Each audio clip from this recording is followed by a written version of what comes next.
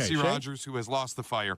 The Bears and Ben Johnson got busy assembling their coaching staff over the weekend. They officially added former Saints head coach, Dennis Allen, as the defensive coordinator. Mm-hmm. His last time calling plays, I know people don't really care about the ranking stuff, but he did rank as the #1 defensive play caller his last time he had the play sheet in 2023 with the Saints. They also added 28-year-old up-and-comer Declan Doyle, who was an offensive assistant with the Broncos last year, as the offensive coordinator. Shot or no shot, Ben Johnson has impressed in assembling his coaching staff. So far, that is a shot, especially with Dennis Allen. And again, I can be impressed by the coaching staff, but you know where I'm going, Shay. It's really about who they're going to be coaching. It's about the personnel. It's about Ryan Poles. So I think that you're going top shelf when you go to D.C. and your head coach, offensive coordinator is a young guy. Declan Doyle, they're going to probably polish up, and he'll be a head coach someday. He'll be a boy genius, especially if this thing works out for the Bears. But ultimately, it's about the personnel. So far, so good. Yeah, I would say shot. I think they've done a good job of spending a lot of money on Ben Johnson and are able to save some dollars on the rest of the coaching staff. They kept Richard Hightower, who's under contract already. Mm-hmm. Dennis Allen is owed $8 million by the Saints the next 2 years, so the Bears don't have to pay him that much. The 28-year-old tight end coach, they're not going to pay him that much to be the clip holder, as the OC. He's not really the OC, Ben Johnson is. So they've done well spending it on Ben Johnson and not spending as much on this coaching staff. That remains to be seen if they can all coach together, but Dennis Allen is a proven commodity. So the answer is shot. Declan Doyle is not a proven commodity. Obviously, only 28 years old. He was a tight ends coach. People think highly of him. Everything I've heard in the time since he was hired, where seemingly nobody knew his name. Apparently, he was very well respected and valued by Sean Payton on the Broncos staff. There's some of that common DNA from the Saints. Declan Doyle was there 2019 to 2023. That's the Dan Campbell, Ben Johnson kind of pathway. He didn't even have a Wikipedia page, but the internet sleuths found this fun fact out. Declan Doyle is Mike Ditka's nephew. Shot or no shot, this got him hired. Oh. Shot, my friend, of course. Oh, here we go. Of course. No. I did not know that. That's a good tidbit. Let me just tell you, this Declan Doyle. Wait a minute. He's the next guy. You know Actually, what I mean? I don't know if it did, because if the McCaskies knew he was related to Ditka, they may not have. They may not have. Just any DNA that has Ditka involved, I'm not sure they want him up there. This is the ultimate wool over the eyes of the McCaskies. Ben Johnson hired a Ditka. Maybe so. So actually nothing has changed up there. They did not do their due diligence to find out that was Ditka's nephew. Because they didn't do the homework. Well, we don't know that. No, I do. Oh, you do? Okay. Well, clearly. They let him in the building. Like I referenced, he's probably going to be the lowest paid OC in the game because he's 28. Ben Johnson's the OC, but this is a guy Ben Johnson can groom, right? Yes. It's like molding a guy from scratch here. It's exactly what Sean McVay did with Kevin O'Connell. There you go. Sure. A great opportunity for the young guy. I mean, Ben Johnson's on a heater right now from his days with the Lions. And so he can learn under Ben Johnson just that whole playbook, and eventually he'll have a team of his own if things go well. I really believe that. That's a great tidbit, though. Yeah, did not know that. That's really good. We got a Ditka back on the Bears coaching staff. Good. This is what everybody wanted, right? Well, then everybody wanted a Ditka. He'll be the head coach in 3 years, I guarantee it. Declan Doyle, Ditka. I love that. Triple D. Is 28 too young to be an offensive coordinator? Well, not if you're actually the guy. I saw Abdallah yesterday saying it was the oldest he's ever felt. A 28-year-old offensive 100%. coordinator. But it's Ben Johnson. I'm older than name. I'm only 30. I'm older than the Bears offensive coordinator. That's right. Guys, again, younger and fresh thoughts, learning on the job also at the same time. Pretty good. All right, what else do we have, sir?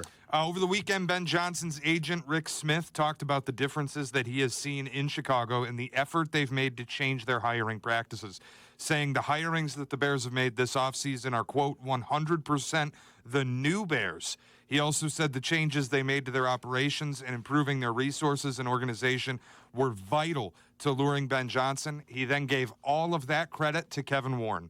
Shot or no shot, Kevin Warren deserves all of the credit.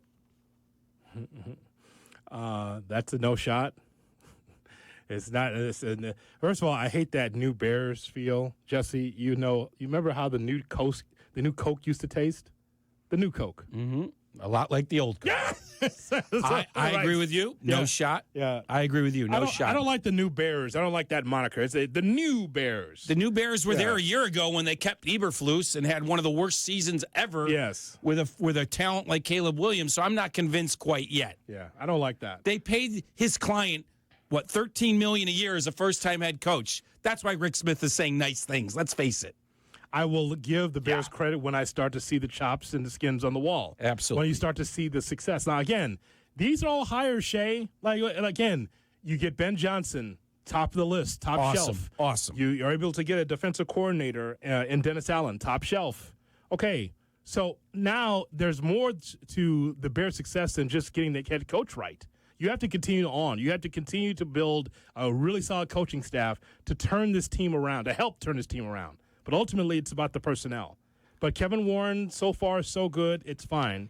Not giving him 100% credit. No, they hired the best assistant on available, who's an expert at the part of the game they need an expert at. Well, I give him some credit, but it's not like they found a diamond in the rough. Granted, they weren't doing this before Kevin Warren, but I think your point about Rick Smith is great, like the agent fluff job. Right after the commission check hits the mailbox. Of course you're going to give the fluff job. Yeah. I mean, that's what you do. I mean, I interview Scott Boras many times a year, so I know how it all works. Yes, absolutely. So I just think, Shay, that at least from this side of the desk, you have to be very careful on who to give the credit to, especially when we haven't seen anything yet. We haven't seen anything yet. Like, we still got to get through this draft and free agency cycle. Like, I know, like, fireworks in the sky because we got Ben Johnson. Fireworks in the sky. We're like, okay, that's great. But what about the rest of it? And I've heard Sylvie and everyone bring this up. Like, it's not that we're hating on anything. It's just that we're all old and have seen this act before. We are old. That's the answer. Like, when you've been burned this many times, especially with a guy without a resume, head coaching resume, you hold back a little bit. That's only fair. Yeah. That's only fair. Yeah. Like, I'm not giving them, Jesse. I've been telling Cap that, and he's got his mouth open when I say it. I'm not giving this organization the benefit of the doubt for anything until I start to see it. No doubt. It's one thing to be in the prediction business. It's one thing to say I think that the Bears can be good, or I know that. But until you see it, then how do you know? Because we've been here before. You know, it just says we don't reset just because there's a new coach in place, a new staff in place, and say yes, this is the year they go in. There are times to go out on a limb, and there's other times to say, "Show me." That's all. I think we all agree. I think most Bear fans would agree. It's still show me time. Can you sneak in one more, sir? Yeah, there's a story outside of football that dominated my weekend. I got obsessed with this. The Paul Skenes one-of-one rookie debut patch trading card was pulled by an 11-year-old in California around Christmas. The Pirates had put out an offer. Whoever pulls this card, we will give you 30 years of season tickets behind home plate. You'll get to watch a game in Livy Dunn's suite. You're going to be able to play softball on the field at PNC, all in exchange for giving the team this card. The family of the 11-year-old, credit to them, said, kick rocks, we're not giving you the card. And then they put it to auction. It's going to be sold with a valuation of $1.5 million at auction in March. All proceeds are going to the Los Angeles Fire Relief Funds. Obviously, very good cause. But shot or no shot, you would have kept the money to yourself. I mean, shot. You're asking me on the spur of the moment here. It depends what my life situation is. There's a shot. I'm talking about now. Yeah. Oh, no. $1.5 million. You're in a position where you could thumb your nose at that. No, I wouldn't turn down $1.5 million. Would I give some to charity? Sure. I'm just talking off the top of my head. I would keep some and give some to charity. Sure. But I don't like even the fact that the team pressured him in any way, even if it was trying to be nice. Like, how did he get this card? He just picked it out of the... His parents bought him a hobby box for Christmas, so and he got lucky. Why are the Pirates even offering anything? Let the kid do what he wants with the card. That's what you know what I mean? Collect it, sell it. Why have the Pirates involved? As a car collector, Shay, I know that you wish you were at the behind the wheel for this. Yeah. Yeah. And you know what? I would have taken. People are going to think I'm a scumbag or something because I'm not going to do what they did and give it all to charity. I would have taken $500,000. I would have given it to whatever charity I chose. Yeah. use that to pay the tax on the rest of the $1 million, and then I'd have been set. Shay, this is before your time here. Pay my wife's student loans, and I'm good to go. Hoodie, do you remember I had one of these hot takes that everyone just went nuts on me years ago? Shay, Alfonseca's I fingers. used to say on the air, like, I understand the collector that's trying to make a buck. If there's a market for this card and you can make a buck, I understand that. What I don't understand is the 45-year-old man that needs an autograph. Kids are a different story. Yeah. Kids get autographs. But the 45-year-old collector that wants to stand in line for an autograph to sell it, I actually respect that. It's a business. But the 45-year-old man that just wants an autograph to take home and stare at it, no. I think that's the nerd.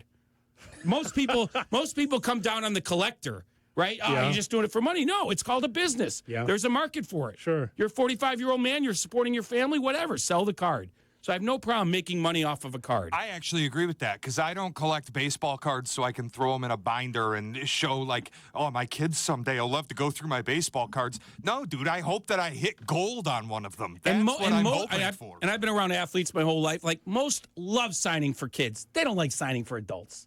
They just don't.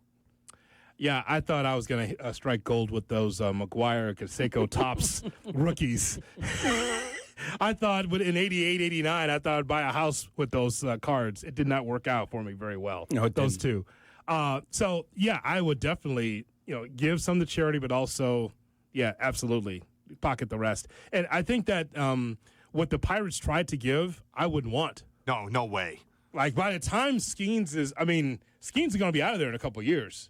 Probably, He just right. will. So what right. am I watching? Yeah, that's right. What am I going to the ballpark for in Pittsburgh? 30 years of season tickets. I don't want to see 30 games. And I just feel it's like arrogant for them to like pressure him to give them the card. I hate this always. It's I just hate annoying. when a player hits a big-time home run or a milestone home run and the team tries to hold you hostage because you caught the Right. ball. Right. Dude, authenticate it and let me get out of the building. I have a decision to make. Totally.